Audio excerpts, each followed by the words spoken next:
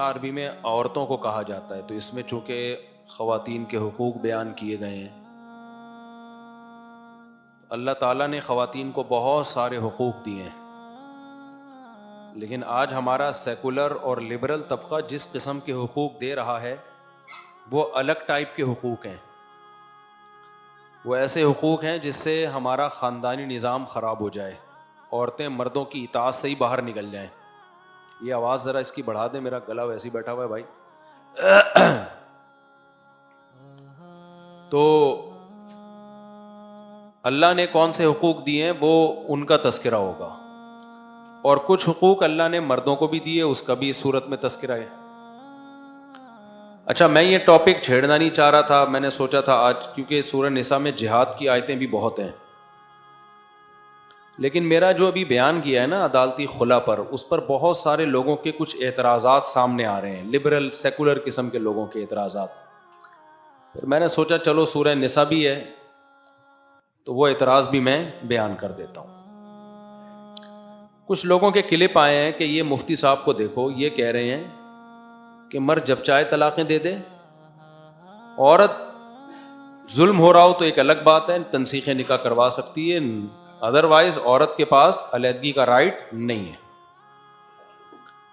وہ طلاق جب ہی لے سکتی ہے جب شوہر راضی ہو، تو خلا جب ہی لے سکے گی جب اس کا شوہر راضی ہوگا۔ جن لوگوں نے وہ کلپ میرا سنا ہے ان کے سامنے تو وہ بات 2 اور 2 4 کی طرح آ گئی ہوگی۔ سنا ہے زیادہ تر لوگوں نے بھائی خلا جو ہے نا، عورتیں کو جو خلا کا شریعت نے حق دیا ہے، مطلب کیا ہے خلا کے حق کا؟ مطلب یہ ہے کہ عورت شوہر کو راضی کر لے کہ جو مہر تم نے ہمیں دیا تھا وہ مہر واپس لو اور میری جان چھوڑ دو۔ تو شوہر چھوڑ دے، طلاق دے دے، یا منہ سے کہہ دے میں نے خلا دے دیا، یا یوں کہہ دے مہر دو اور میں نے تمہیں چھوڑ دیا۔ کوئی بھی ایسا لفظ بول دے جو نکاح ختم کرنے پر دلالت کر رہا ہو، لیکن چھوڑے گا میاں ہی، کورٹ نہیں چھوڑ سکتی۔ جج صرف اپنی بیوی کو طلاق دے سکتا ہے، دوسروں کی بیویوں کو جج طلاق نہیں دے سکتا۔ اس پہ بہت سے اعتراضات آ رہے ہیں۔ ایک بڑا اعتراض یہ کیا گیا ہے میرے اوپر کہ یہ دیکھو، یہ مفتی صاحب نے عورتوں کو غلام بنا دیا ہے، یعنی مرد جب چاہے چھوڑ دے اور وہ غلام بنی رہے ساری زندگی۔ یہ بڑا کامن اعتراض ہے۔ وہ جب ٹھک ٹھک ٹھک طلاق دے چھوڑ دے، اور یہ کیا اس کو کیا بنا دیا؟ غلام۔ یہ بہت زیادہ اعتراض کیا جا رہا ہے۔ دوسرا اعتراض یہ کیا جا رہا ہے کہ پھر یہ اس کا مطلب کیا ہوا کہ اسلام نے عورت کو خلا کا حق دیا ہے۔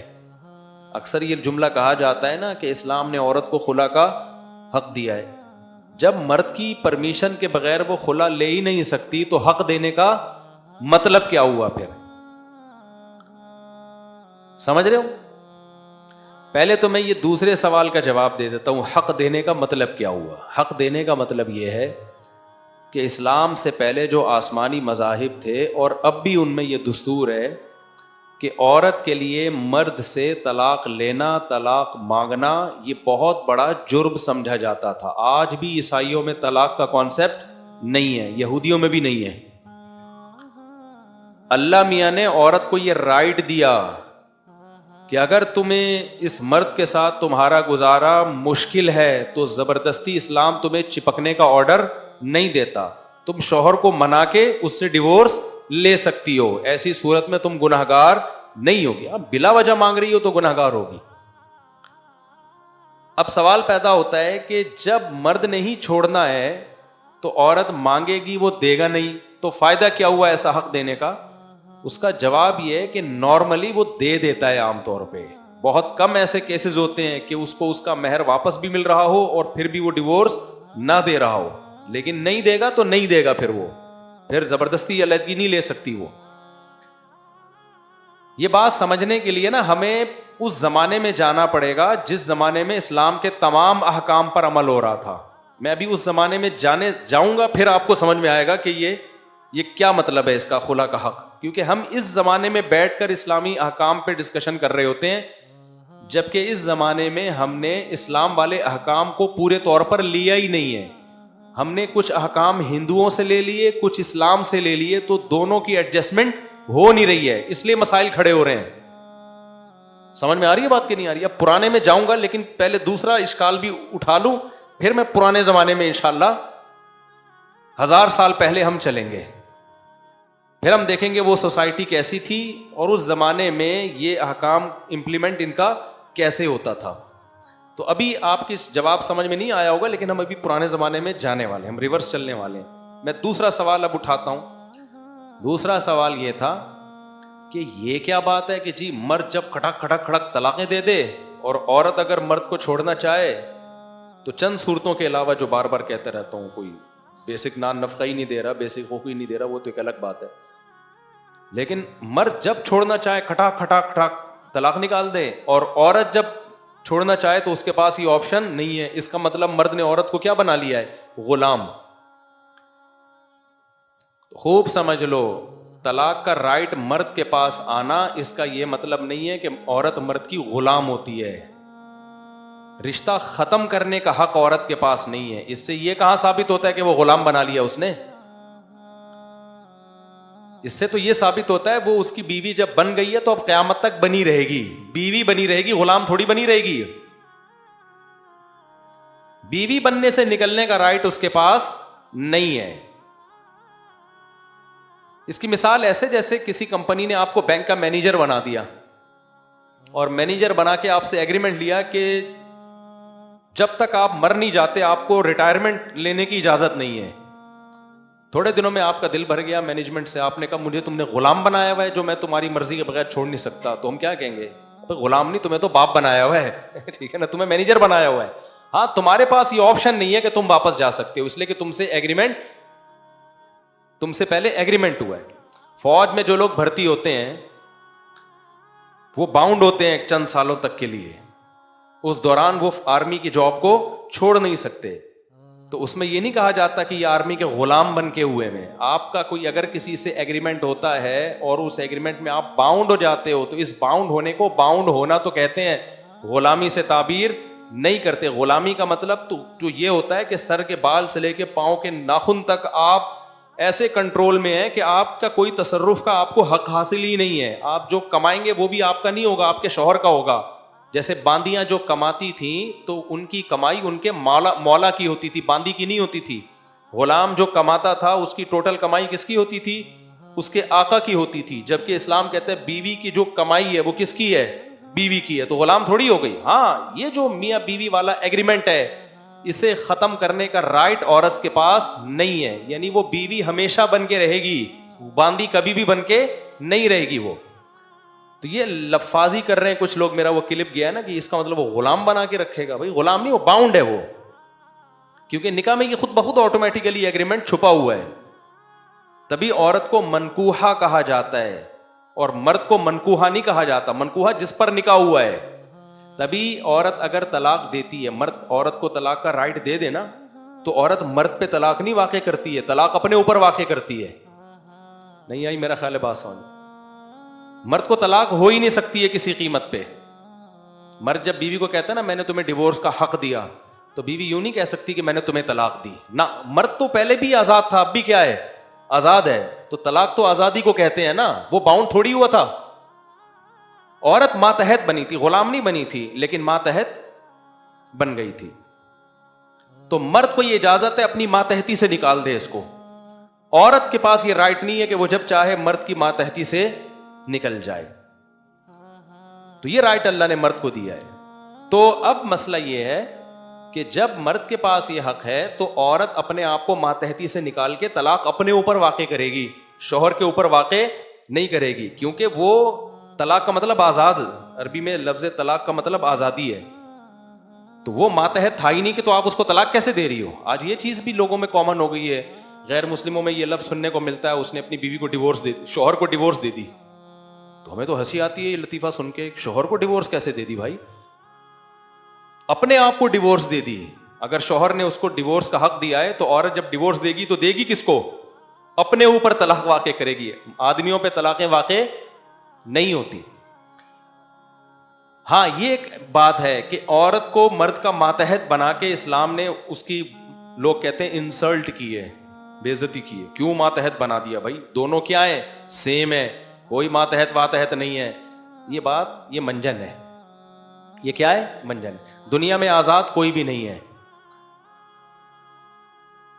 ہر شخص کسی نہ کسی کا ماتحت ہے, ہر شخص کہیں نہ کہیں باؤنڈ ہے. ہم بھی مرد بیوی شوہر کے ماتحت ہوتی ہے, تو کیا شوہر کسی کے ماتحت نہیں ہوتا؟ وہ بھی تو کہیں نہ کہیں کسی کے ماتحت ہوگا. وہ دفتر میں اپنے باس کے ماتحت ہوگا, کچھ نہیں ہے تو علاقے کے ناظم کے ماتحت ہوگا, وہ کچھ نہیں ہے تو وزیر اعظم کے ماتحت ہوگا. ماتحت ہونا الگ چیز ہے, غلام ہونا الگ چیز ہے. ماتحت ہونا عیب نہیں ہے, غلام ہونا عیب ہے. سمجھتے ہو بات کو؟ تو اگر آزادی دلانی ہے نا عورت کو شوہر کے ماتحتی سے, تو میاں کو باس کی ماتحتی سے آزادی دلاؤ, عوام کو حکومت کی سرپرستی سے آزادی دلاؤ. بولو ہمارا کوئی سربراہ نہیں ہے, ہم ماتحت نہیں ہیں, ہم آزاد ہیں. اس سے پورا ملک کا نظام کیا ہو جائے گا؟ برباد. تو ایسے ہی عورت کو اگر شوہر کی سربراہی سے باہر نکال دیں گے, گھر کا سیٹ اپ کیا ہو جائے گا؟ برباد. گھر بھی چھوٹی سی ریاست ہوتی ہے, اس میں بھی کوئی سربراہ ہونا چاہیے اور کوئی ماتحت ہونا چاہیے. جب تک آپ چھوٹے ہوتے ہو, آپ ابا کے ماتحت ہوتے ہو کہ نہیں ہوتے؟ تو بچوں کے حقوق پہ تحریک چلانی چاہیے. کوئی بچہ باپ کا ماتحت نہیں ہے, کیونکہ ماتحت ہونا ایک عیب ہے. اس کا مطلب بچے باپ ہیں اور باپ کل سے کیا ہے؟ وہ بچہ ہے. گھر کا تو بیڑا غرق ہو جائے گا. کمپنی میں مینیجر وہ سربراہ ہوتا ہے, اور جو نیچے لوگ ہوتے ہیں وہ اس کے کیا ہوتے ہیں؟ ماتحت ہوتے ہیں. تو ہر شخص, ہم گھر کے سربراہ ہیں, ہر جگہ سربراہ تھوڑی ہیں, کہیں سربراہ ہیں کہیں ماتحت ہیں. عورت اپنے بچوں کی سربراہ ہے, شوہر کی کیا ہے؟ ماتحت ہے. وہ غلامی کیا لفظ الگ چیز ہے, ماتحت ہونا الگ چیز ہے. اب سمجھ میں آ رہی ہے بات کہ نہیں آ رہی ہے؟ تو یہ خواتین کے حقوق کے نام پہ منجن بک رہے ہیں مارکیٹ میں, کہ عورت اور مرد کو برابر کر دو اور کوئی کسی کا ماتحت نہیں ہے. ایسے تو گھر کا نظام گیا برباد. تبھی تو انگریزوں کے ہزار ہزار گز کے میں نے گھر دیکھے ہیں, بندے ہی نہیں ہوتے اس میں, کیونکہ جب عورت شوہر کی ماتحت ہی نہیں ہوتی, وہ گرل فرینڈ کی طرح ڈیل کرتا ہے اس کو, وہ گھر بساتا ہی نہیں ہے. سارا پروگرام ہی انگریزوں کا بڑھ گیا ہے, جاپانیوں کا تو بالکل ہی بڑھ گیا پروگرام. یہ اللہ نے عورت پر احسان کیا شوہر کے ماتحت, تاکہ وہ رکھے تمہیں عزت کے ساتھ. رہا یہ مسئلہ کہ ٹھیک ہے عورت شوہر کی ماتحت ہوتی ہے, طلاق واقع بھی عورت کے اوپر ہوتی ہے, خلا واقع بھی عورت کے اوپر ہوتا ہے, مرد کے اوپر نہیں ہوتا واقع. تو اللہ نے مرد کو کیوں یہ رائٹ دے دیا کہ دھڑ دھڑ دھڑ جب چاہے طلاق دے دے؟ جہلم والی سرکار نے ایک اور گڑبڑ کی ہے. جہلم والی سرکار نے کہا ہے کہ جیسے مرد کا بلا وجہ طلاق دینا گناہ ہے, ایسے ہی عورت کا بلا وجہ خلا لینا بھی گناہ ہے. ہو جائے گا واقع, لیکن گناہ ملے گا. ہم تو کہتے ہیں خلا ہوگا ہی نہیں جب تک شوہر سائن نہیں کرے گا. لیکن جہلم والی سرکار کے پاس چونکہ علم بھی نہیں ہے, عمق بھی نہیں ہے علم میں, تو وہ پھینکتے رہتے ہیں ماشاءاللہ مارکیٹ میں. انہوں نے ایک اور بات بھی پھینکی ہے, ہونا تو یہ چاہیے تھا میں اس پہ بھی اسی طرح سے ریکارڈ کرواتا, جہلم کا کلپ چلاتا پھر بتاتا, لیکن چلو اب موضوع چل پڑا ہے تو ایسے ہی چلا دیتا ہوں میں یہ بات. آپ ویڈیو تلاش کریں گے, جہلم والی سرکار کی ویڈیو مل جائے گی آپ کو. اس میں جہلم والی سرکار نے یہ بات کہی ہے کہ جیسے مرد کے لیے بلا وجہ طلاق دینا گناہ ہے لیکن ہو جائے گی, ایسے ہی عورت کا بلا وجہ خلا مانگنا گناہ ہے لیکن ہو جائے گا. یہاں بھی جہلم والی سرکار نے وہ بات کی ہے جو نہ قرآن سے میچ کرتی ہے, نہ حدیث سے, نہ اجماع امت سے. خوب سمجھ لو, عورت بلا وجہ خلا کا مطالبہ کرتی ہے, گناہ گار ہوگی, خلا ہوگا نہیں جب تک شوہر نہیں دیتا. مسئلہ یوں ہے, اور شوہر بلا وجہ بیوی کو طلاق دیتا ہے, ہو جائے گی لیکن گناہگار نہیں ہوگا اگر سنت کے مطابق طلاق دے رہا ہے. وہ گناہگار جب ہوگا جب اکٹھی 3 طلاقیں دے دے وہ.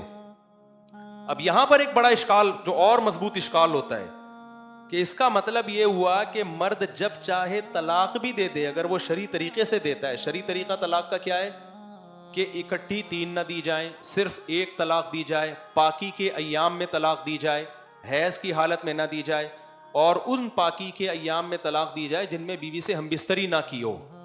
یہ 3 شرطیں اللہ نے لگائی ہیں طلاق کو جائز رکھنے کے لیے. آپ نے ایسا نہ دینا شروع کر دیں, ابھی میں پوری ڈیٹیل آدھا بیان نہ کہیں سن کے کہ اچھا جائز ہے تو چلو وہی دھڑ دھڑ دھڑ, ابھی میں پوری بات جب تک نہ سنے نا وہ آگے اس کو کلپ نہ کاٹ کے بنا دے گئی. جائز طلاق کا کیا طریقہ ہے؟ جب عورت حیض سے پاک ہو, یعنی حیض کی حالت میں نہیں دینی, پاکی کے ایام میں دینی ہے. پہلی شرط حیض میں نہیں دینی, پاکی کے ایام میں. نمبر 2, پاکی کے ایام میں بھی جب دینی ہے جب بیوی سے ہم بستری نہ کی ہو. ہم بستری کر لی تو اب آپ کے لیے طلاق دینا جائز نہیں ہے, اب اگلے طہر میں دے سکتے ہو. تیسری شرط یہ لگائی گئی ہے کہ 1 سے زیادہ نہیں دینی ایک ٹائم پہ. یہ 3 شرطوں کے ساتھ اگر کوئی طلاق دیتا ہے تو انجینئر صاحب نے اس کو بھی حرام کہا ہے, گناہگار ہوگا اگر بلا وجہ دے رہا ہے. جبکہ یہ حرام نہیں ہے. کیوں؟ حدیث میں آتا ہے ابغض الحلال الی اللہ الطلاق، حلال چیزوں میں سب سے زیادہ ناپسندیدہ اللہ کو کیا لگتی ہے؟ طلاق. تو اس کا مطلب ہے کیا؟ بولو نا. ہے حلال، ناپسندیدہ ہے، اپریشیٹ نہیں کیا جائے گا، ملامت کی جائے گی کہ ہر حلال کام کرنے کا نہیں ہوتا، لیکن ناجائز ہونے کی کوئی دلیل بولو نہیں ہے. اب اس پر اشکال ہوتا ہے اصل کہ واہ بھائی واہ، یعنی عورت مرد سے جان چھڑا نہیں سکتی جب تک شوہر خلا کے پیپر پہ سائن نہ کرے، اور بلا وجہ خلا مانگ رہی ہے تو گنہگار بھی ہوگی. عورت پہ اتنی ساری پابندیاں، اور میاں صاحب کو کہا جا رہا ہے کہ جب چاہو چھوڑ دو. بس چھوڑنے کا ایک تمیز والا طریقہ ہے، اس طریقے سے چھوڑ دو، گناہ نہیں ہوگا. ناپسندیدہ ہے تو یہ تو مرد کو بہت زیادہ فری نہیں کرا لیا اسلام نے. نہیں آئی میرا اشکال؟ سمجھو گے تو آگے جواب کھوپڑی شریف میں آئے گا. یہ تو مرد کو بہت زیادہ رائٹ دے دی ہے نا. کیا خیال ہے بھائی؟ جن جن کی سمجھ میں اشکال آیا نا ہاتھ کھڑا کر، میرے کو پاگل نہیں بیٹھا ہوا یہاں پہ. لیکن انجینئر صاحب کا چونکہ علم میں عمق نہیں ہے، گہرائی نہیں ہے، کچھ حدیثیں ترجمے ادھر سے دیکھ لیے ادھر سے دیکھ لیے، تو کوئی بھی مفتی یہ نہیں لکھ سکتا فتوے میں، کوئی ریلائبل مفتی، کہ طلاق دینا ناجائز عمل ہے. کبھی بھی نہیں کوئی لکھے گا مفتی. وہ یہ لکھے گا غیر شرعی طریقے سے دینا ناجائز عمل. ہاں وہ یہ لکھے گا کہ قابل ملامت ہے، برا کام ہے، ناپسندیدہ ہے. گناہ کا لفظ کوئی صحیح مفتی ہوگا نا کبھی نہیں لکھے گا. کیوں؟ یہ پھر شریعت پر زیادتی ہو جائے گی. اب سوال یہ پیدا ہوتا ہے کہ یہ کیا بات ہے بھائی، گناہ بھی نہیں ہے، اس کو آپ جب چاہو چھوڑ دو، قابل ملامت ہے، بس گناہ نہیں ہے. اس کا جواب یہی ہے کہ آپ اس سوسائٹی میں نہیں جاؤ. جب اسلام نے طلاق کے احکام دیے تھے نا، اس سوسائٹی میں آپ کو جانا پڑے گا، تو پھر جا کے یہ سارے احکام سمجھ میں آئیں گے. وہ سوسائٹی تھی جہاں 2-3 شادیوں کا رواج تھا. اسلام کے طلاق کے خلا کے احکام یہ اس سوسائٹی کے لیے ہیں جہاں شادی بیاہ میں اسلام کے سارے احکام کو فالو کیا جائے. اگر آپ آدھے احکام ہندوؤں سے لیتے ہیں، طلاق والے احکام آپ اسلام سے لیتے ہیں، تو وہ آپس میں ایڈجسٹ نہیں ہو پاتے. اس کی میں ایک مثال سے بات سمجھاتا ہوں. آپ نے یہ والا حکم اسلام کا لے لیا کہ شادی شدہ مرد اور عورت کو پتھروں سے مار کے ہلاک کیا جائے گا اگر وہ زنا کرتے ہیں. یہ ہے نا اسلام میں. کیا خیال ہے بھائی؟ اسلام میں حکم یہ ہے کہ شادی شدہ مرد اور عورت زنا کرے تو اور 4 گواہوں سے ثابت ہو جائے تو کتنی بدترین سزا ہے نا، کہ پتھروں سے مار کے کیا کرو؟ ہلاک. لیکن آپ نے نکاح پہ پابندی لگا دی مرد اور عورت کے، کہ جلدی شادی بھی نہیں کرنی ہے تو ایک بیوی سے زیادہ آپ کر نہیں سکتے، بھلے بیوی بوڑھی ہو جائے، ہے بھائی. اور عورتوں کو بے پردہ بھی آپ نے چھوڑ دیا کہ ادھر دوستی. یعنی بے پردگی والے احکام آپ نے یورپ سے لے لیے، شراب کباب نائٹ کلب والے احکام، اور پتھروں سے مار کے ہلاک کرنے والی جو زنا کی سزا ہے وہ آپ نے کہاں سے لے لی؟ اسلام سے. تو بدنام اسلام ہوگا. لیکن ان لوگوں کی نظر میں بدنام ہوگا جن کے پاس کھوپڑی بولو نہیں ہے، جن کو اللہ نے عقل دی ہے. وہ کہیں گے بھائی یہ اسلام کا فالٹ نہیں ہے، یہ ہمارا فالٹ ہے کہ ہم پتھروں سے ہلاک کرنے والی سزا تو اسلام سے لے رہے ہیں، اور نکاح میں حلال میں جو اللہ نے اتنی وسعتیں پیدا کی ہے، مرد کو کہا ہے بھائی تو غریب بھی ہے تو نکاح کر لے، اتنا آسان بنا دیا، 2-2 3-3 4-4 شادیوں کا کر دیا. پھر کوئی عورت بغیر نکاح کے رہتی نہیں ہے مسلم سوسائٹی میں، تو زنا کرے گا کیسے وہ کمبخت؟ اس کے بعد بھی کمبخت جا کے کرتا ہے تو پھر تو گاڑ کے اس کو مارنا چاہیے زمین میں کمبخت کو.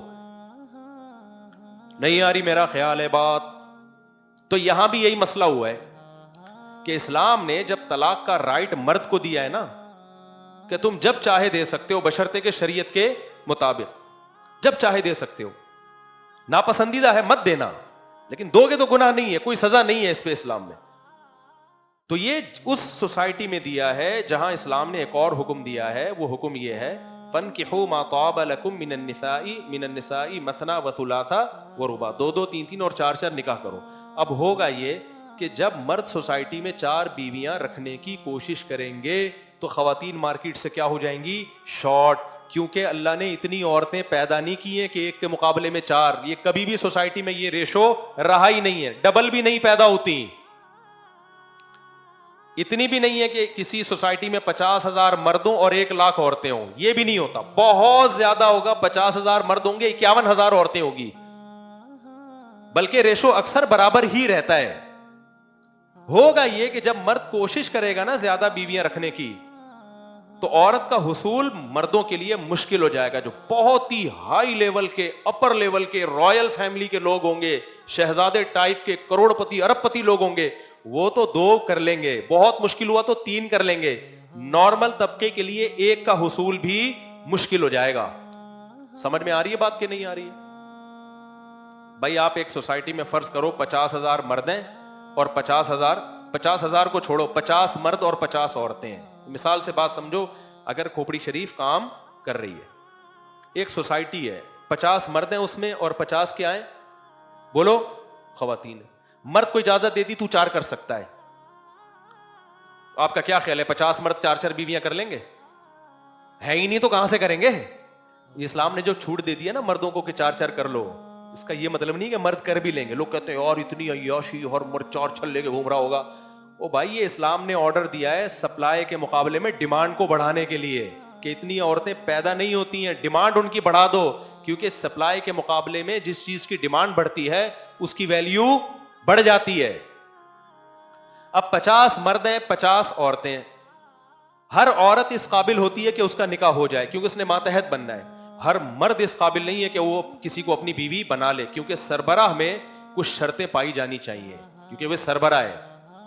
اب ہوگا کیا کہ مرد جب عورت کی طرف نکاح کا پیغام بھیجیں گے, ہر مرد پیغام بھیجے گا تو عورت کیا کہے گی, وہ اکلوتے شوہر کو ترجیح دے گی اس شخص پر جس کی دوسری کر رہا ہو, کیونکہ عورت کا فائدہ اکلوتی بیوی بننے میں, بولو, منہ سے پھوٹنا پڑے گا, اکلوتی بیوی بننے میں زیادہ. اس کو تھوڑی شریعت نے ترغیب دی ہے کہ تم کسی شخص کی 4تھی بیوی بنو, اس کو تھوڑی ترغیب دی ہے شریعت نے. وہ کیا کرے گی, وہ بولے گی بھائی میں پہلی والے کو ترجیح دوں گی, میں کیوں کسی کی دوسری بیوی بنوں. تو آپ کے جذبے 4 بیویوں کے وہ ادھورے رہ جائیں گے. آپ روڈ ہی نہ, آپ میری 4 شادیوں والی کتاب ہی لے کے گھومتے رہو گے, کیونکہ عورت کہے گی کہ یہ کتاب مفتی صاحب نے تمہارے لیے لکھی ہے, میرے لیے کوئی کتاب دکھاؤ جس میں لکھا ہو کہ کسی کی 4تھی بیوی بننا ثواب ہے. عورت کو تھوڑی ہے یہ, وہ اپنے لیے بہتر سے بہتر سوچے گی. وہ کسی کی دوسری بیوی جب بنے گی جب مرد کے اندر کوئی سرخاب کے پر لگے ہوئے ہوں گے, پھر وہ کہے گی بھائی یہ وہ سرخاب کے پر کروڑ پتی بھی ہو سکتا ہے, وہ عہدے کے لحاظ سے کوئی بہت بڑا آدمی ہو سکتا ہے, یا کوئی بہت مشہور سیلیبریٹی ہو سکتی ہے, تو اس بیس پہ ہو سکتا ہے وہ کہے کہ بھائی مجھے کنوارے کی نسبت نا یہ ایسی صفات والا انسان ہے جس کی میں دوسری بیوی بننا قبول کر لوں گی. اور 2-4 ان 50 لوگوں میں ایسے ہوں گے, بمشکل 2 یا 3 ایسے ہوں گے کہ عورت ان کی 4تھی بیوی بننا بھی قبول کر لے گی. وہ بہت ہی ہائی لیول کے ہوں گے, وہ پاکستان کے صدر بننے والے ہوں گے, آپ یوں سمجھ لیں, بہت ہی ہائی لیول کے ہوں گے. تو اب 4 شادیوں پر ہر آدمی نہیں قدرت ہوگی, اس کو بہت کم لوگ ہوں گے جو اس میں کامیاب ہو جائیں گے. ابھی تو اس لیے ہم جیسوں کی ہو رہی ہے کہ 2-4 لوگ ہی کر رہے ہیں یہ کام, اور ایک بھی نہیں کر رہے بہت سے مرد, ورنہ یہ آسان تھوڑی ہوگا سوسائٹی میں. اب ہوگا کیا کہ خواتین اب 2 جس نے کر لی 3 کر لی اپر لیول کے لوگ نے, تو ایک نارمل آدمی کے لیے ایک بیوی کا حصول بھی آسان ہوگا یا مشکل ہو جائے گا؟ بہت مشکل ہو جائے گا, کیونکہ جو بیوہ ہوگی طلاق یافتہ ہوگی, وہ دوسری والی پہ بننے پہ راضی ہو جائے گی, وہ تیسری بیوی بننے پہ راضی ہو جائے گی. نتیجہ یہ نکلے گا کہ مرد کے لیے عورت کا حصول انتہائی مشکل ہو جائے گا. تو وہ پاگل ہے, اتنی مشکل سے ایک بیوی ملی ہے, اسے طلاق دے کر اپنی ملکیت سے آزاد کر دے. وہ نہیں آئی میرا خیال ہے بات, اس لیے اسلام نے اس کو آپشن دے دیا کہ نقصان تیرا ہی ہو رہا ہے, تو چھوڑنا ہے تو چھوڑ دے, تو اس کے لیے تو 20 لوگ کھڑے میری شادی کرنے کے لیے, بیڑا تیرا غرق ہوگا. تبھی تو قرآن میں اللہ نے 3 طلاقوں پر جو پابندی لگائی ہے نا, اس میں اللہ نے یہ نہیں کہا کہ 3 طلاقیں دو گے تو بیوی پہ ظلم ہوگا. اللہ نے اس لیے پابندی لگائی ہے تم اپنے پاؤں پہ کلہاڑا مارو گے غصے میں آ کے. تبھی اللہ کہتے ہیں سورہ طلاق میں, ادھر توجہ کرے, سورہ طلاق میں جب اللہ تعالیٰ نے پابندی لگائی یا ایھا النبی اذا طلقتم النساء فطلقوهن لعدتهن, اکٹھی مت دیا کرو, ڈیوائڈ کر کے دیا کرو. آگے اللہ فرماتے ہیں لا تدری لعل اللہ یحدث بعد ذلک امرا, ہو سکتا ہے تمہیں بعد میں ندامت پیدا ہو, تو جوڑ کی اللہ صورت پیدا کر دے. آگے اللہ فرماتے ہیں ومن یتق اللہ یجعل لہ مخرجا, جو اللہ کے بتائے ہوئے طریقے کے مطابق طلاق دیتا ہے, یعنی اللہ سے ڈرتا ہے, تو جس مصیبت نے اس نے اپنے آپ کو ڈالا ہے اللہ اس کے لیے اس مصیبت سے نکلنے کا راستہ رکھتا ہے. اور جو اللہ کے بتائے ہوئے طریقے کے مطابق طلاق نہیں دیتا فقد ظلم نفسہ, اس نے بیوی پہ ظلم نہیں کیا, اس نے اپنے اوپر ظلم کیا ہے. تو یہ 3 طلاقیں جو اللہ نے کہا ہے کہ دینا جائز نہیں ہے, یہ عورت کو ظلم سے بچانے کے لیے نہیں, یہ مرد کو ظلم سے بچانے کے لیے کہ اس کا کیا نقصان ہو رہا ہے, اس کے لیے تو 100 رشتے لائن میں کھڑے ہوئے ہیں, بیڑا تو تیرا غرق ہو رہا ہے. نہیں آئی میرا خیال ہے. اس کی اور آسان مثال دیتا ہوں.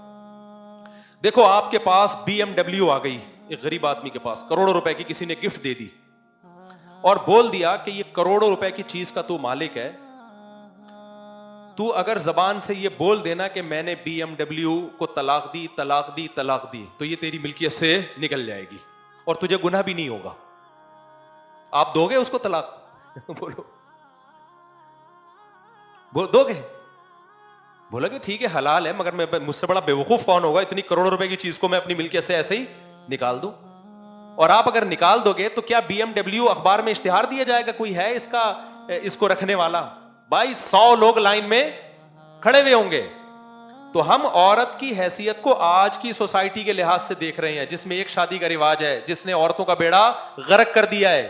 اسلام نے جو سسٹم دیا ہے اس میں عورت کا حصول آسان نہیں تھا, تو اسلام نے مرد کو طلاق کا رائٹ اس لیے دے دیا اور حلال بھی اس لیے کر دیا کہ بھائی نقصان جس کا ہوتا ہے نا, ملکیت سے نکالنے کا رائٹ اسی کو دیا جاتا ہے, کیونکہ وہ اپنا نقصان, دنیا میں کوئی بھی بیوقوف ایسا نہیں ہے جو اپنا نقصان کر کے اپنی ملکیت سے بیوی نکال دے.